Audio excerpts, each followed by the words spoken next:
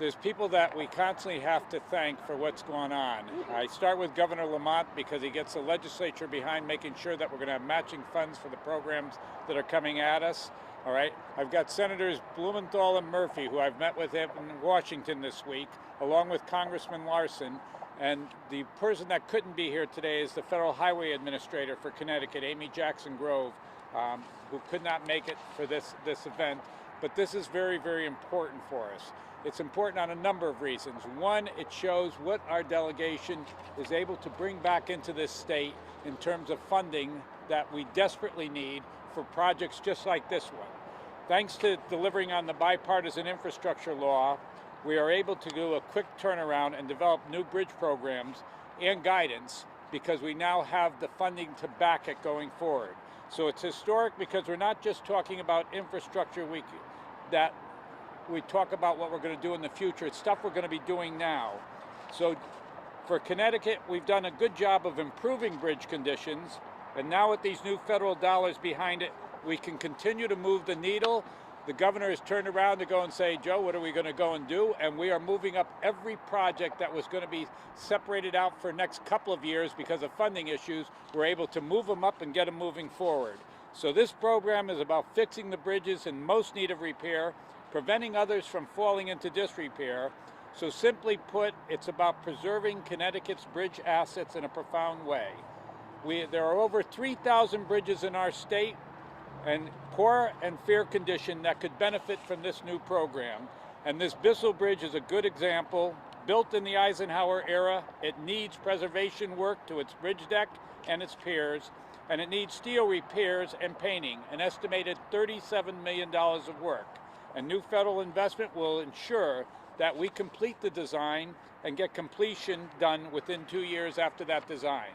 So I want to, again, make it very, very clear to our delegation how much we value this and how we are going to put this to good use. And Governor, I hear your message all the time. Thank you.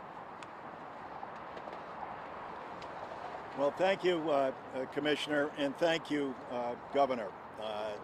Under the leadership of Governor Lamont and Commissioner Gioletti, Connecticut is moving forward. I like to say it's team number one, and we're so proud of this congressional delegation led by our 2 United States senators and the 5 members of Congress. We're all working together to make sure that the state of Connecticut gets the kind of funding it needs to invest in infrastructure and improve this entire region. I live here in this community. I travel across the Bissell Bridge. I travel across the Buckley Bridge. The Buckley Bridge is the 3rd most congested bridge in the country with respect to truck traffic. This is the #1 chokehold in the state of Connecticut and in New England. And when you throw in our concern about the levees that both of our senators have been working with us that are experiencing something called sandpiping, which caused the collapse in the 9th Ward in New Orleans, we rise to the level of urgency. And the fierce urgency of now, as Martin Luther King would say, is being met by Governor Lamont and Commissioner Gioletti. We will continue to work together in Washington to make sure that we secure the funding that will relieve the congestion and frankly put the state back to work. I'm honored to be here with our 2 United States senators, and let me yield the floor to Senator Murphy. No, that's all right. Thank you very much, John.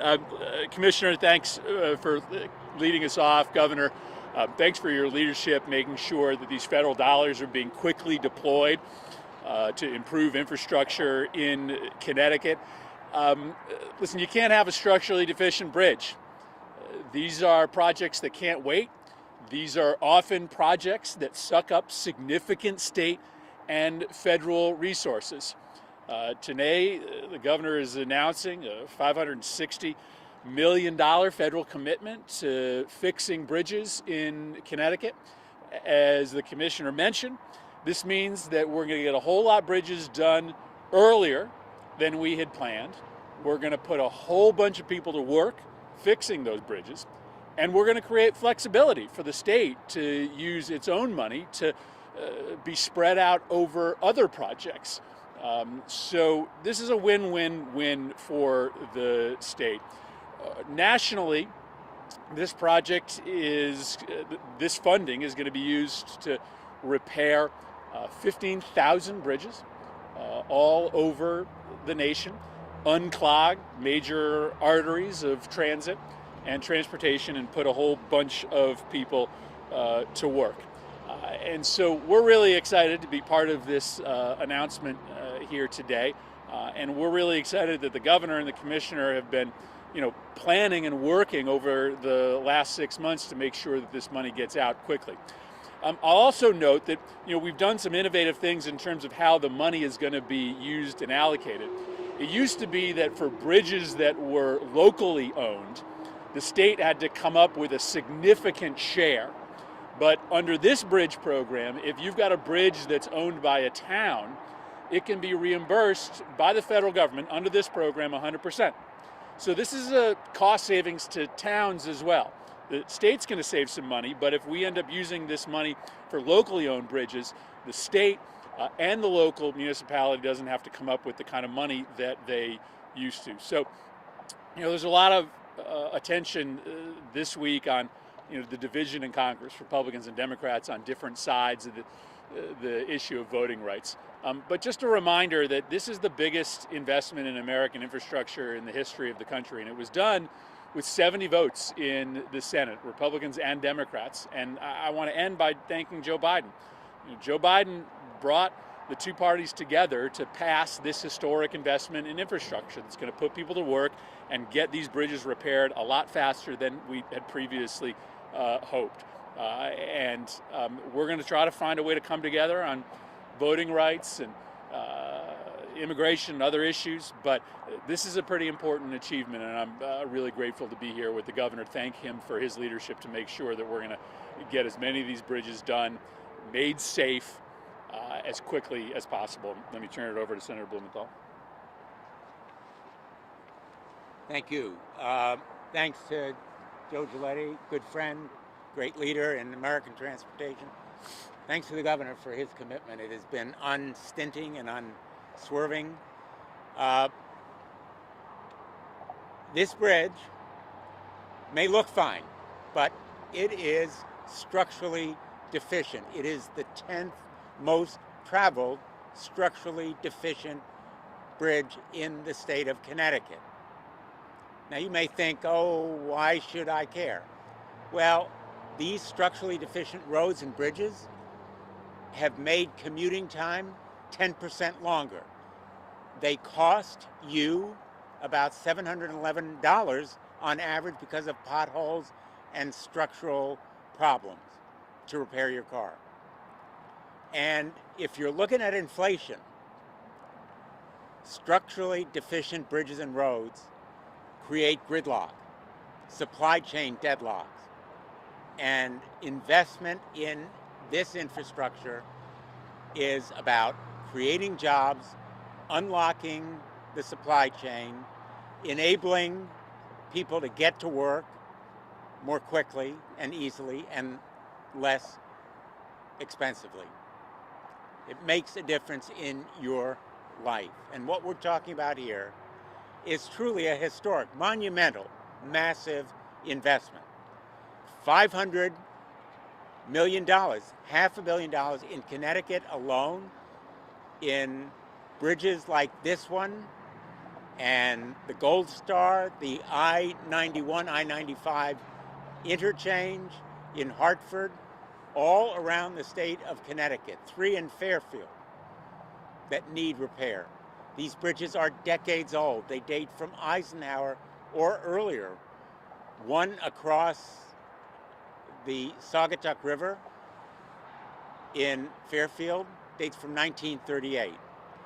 These bridges are crashes waiting to happen, as we saw in Mianus River Bridge, within our lifetime. The cost was not just lives, it was massive gridlock up and down Connecticut's roads. And the Mianus River Bridge is a picture worth 1,000 words. If you wonder why you should care, about the Bissell Bridge. Now, let me just say, you know, the opportunity we have here is literally once in a lifetime. Not just once in a generation, once in a lifetime.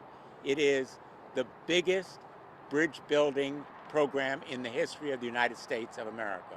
The most monumental investment, along with road building and repair, that America has ever undertaken.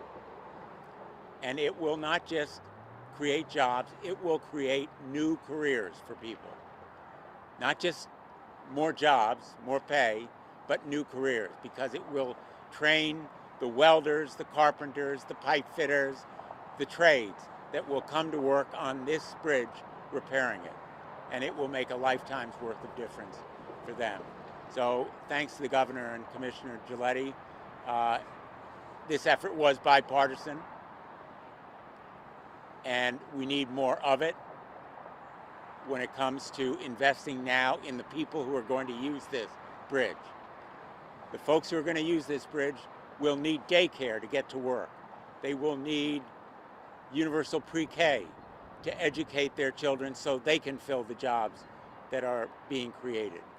And we ought to care about climate change. The next challenge is investing in the people who will use this physical infrastructure. And the commitment ought to be as massive and as historic as this one is. And now I'm pleased to introduce the governor. Thank you, Dick.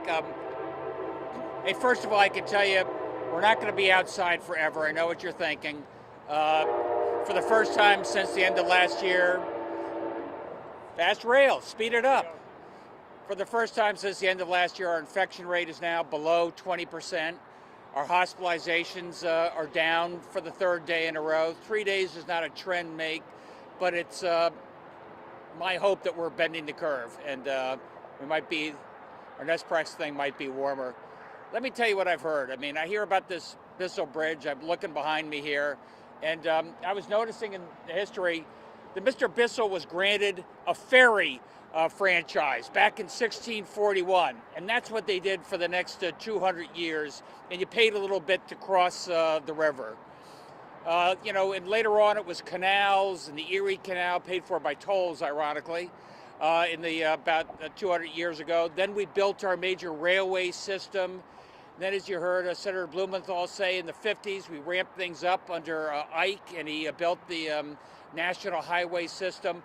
We have sort of a herky-jerky commitment to infrastructure in our country. And now it's been 75, 80 years since this bridge was built under President Eisenhower, and it's time for our generation to step up and make the next generational investments in infrastructure. And I think Chris Murphy said something, you know, all I read about is dysfunction, they can't get anything done, they're stepping on top of each other down in Washington, D.C. This is an enormous, transformative investment that'll change our state and change our country the same way those previous investments did. What it means for jobs, what it means for opportunity, what it means for economic development, what it means for transforming, you know, the state. A state that whose location is key to our strategic future, as long as you can get from here to there. And I want to give a shout out to President Biden. You know, he stood up, he got it done. You know, everybody's been the infrastructure president since I've been around, and I've been around a long time. This guy got it done. He got it done with help from our incredible congressional delegation, unanimously supportive of this. John Larson on Ways and Means, what that means in terms of you know, putting our shoulder to the wheel to make a difference. And I got to tell you that as governor, working with Joe Giletti, our job is to make sure these investments make a difference. Make sure that you have confidence that government can take the opportunity our delegation, our president have given us, and show you that these roads and bridges are going to speed up, they're going to be safer, and they're part of an economic future that really turns this state around. Thanks, everybody. Questions? Happy to stand out here in the cold as long as you want. When will we start seeing the actual repairs going on? Do you have any idea? Say that again. I didn't. When will we start actually seeing these repairs actually start off? The question is, when will we actually start seeing the repairs? What we've been able to do is move and advance the planning on this. So in 25 is when you'll actually see the construction going on. You know, we'll have been finished with the planning end of it. We are hoping to have it constructed within 2 years, and it's been moved up several years because of the investment that's been made here. Governor, one quick COVID question for you. Based on your conversation with hospital officials, what is the best estimate as to how many people who are hospitalized with COVID are there where the COVID is incidental to another reason for being there? No, that's a really good question. We estimate that it's anywhere from 30 to 40%. And what Paz is asking is, I see the hospitalization numbers, I see the number of people with COVID that are there. Remember, a lot of those people are there for something else, and when you go into the hospital, you happen to test positive for a very mild case of COVID. We think it's 30 to 40%. You were hit for. Yeah, exactly. But he didn't test positive. Governor, just another off topic if I can you just comment on Aguinobi leaving Yukon? Yeah, Andy Aguinobi, who, as you know, was an amazing leader for UConn Health and has stepped in on an interim basis leading University of Connecticut, has gotten an amazing job opportunity. And it's testament, I think, to the quality of people we have running some of our major institutions here in the state, like Andy. He's going to be over running an important subsidiary for Humana. We're going to be making an announcement for another interim to step in for Andy Aguinobi and continue his extraordinary leadership at UConn.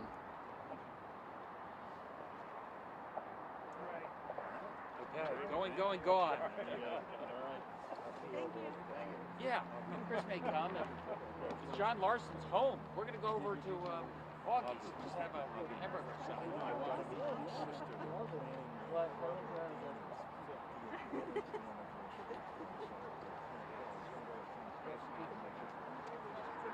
Yeah, it's not much. You got 13 brothers and sisters. You're doing a lot of these plants, aren't you? That's how we keep the blood flowing. That's Irish Protestants. They have that problem. Big family. Hey, 8 kids in 12 years. Mom was pretty productive too, you know. It's We'll miss you. See your father.